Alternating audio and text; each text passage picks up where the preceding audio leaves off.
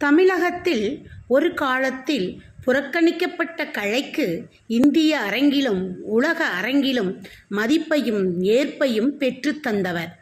தமிழகத்தின் பெருமைக்குரிய கலைகளில் ஒன்றாக செவ்வியல் நடனம் திகழ காரணமானவர். அத்தகு பரதநாட்டிய கலைஞர் பால சரஸ்வதியாக வேடமிட்டு வந்த மாணவி மோகனாவிற்கு நன்றி. இனி அடுத்தபடியாக ஓர் எளிய குடும்பத்தில் பிறந்து பெண் என்ற வகையில் குடும்ப அமைப்பின் நெருக்கடிகளை எதிர்கொண்டு தம்மை ஓர் இலக்கியவாதியாக அடையாளப்படுத்தியவர். தமிழில் எழுதிய பெண்களில் முதலில் களத்திற்கு நேரடியாக சென்று மக்களிடம் செய்திகளை திரட்டி கதைகள் எழுதியவர். புதினங்கள், சிறுகதைகள், கட்டுரைகள், குறுநாவல், குழந்தை இலக்கியம், வரலாற்று நூல் என எழுத்துலகின் எல்லா தளங்களிலும் தடம் பதித்தவர்.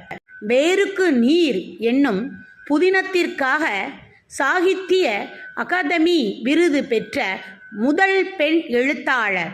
இத்தகைய பெருமை மிக்க எழுத்தாளர் ராஜம் கிருஷ்ணனை நாம் கண்களுக்கு காட்சிப்படுத்த வருகிறார் 9ஆம் வகுப்பு மாணவி வளர்மதி.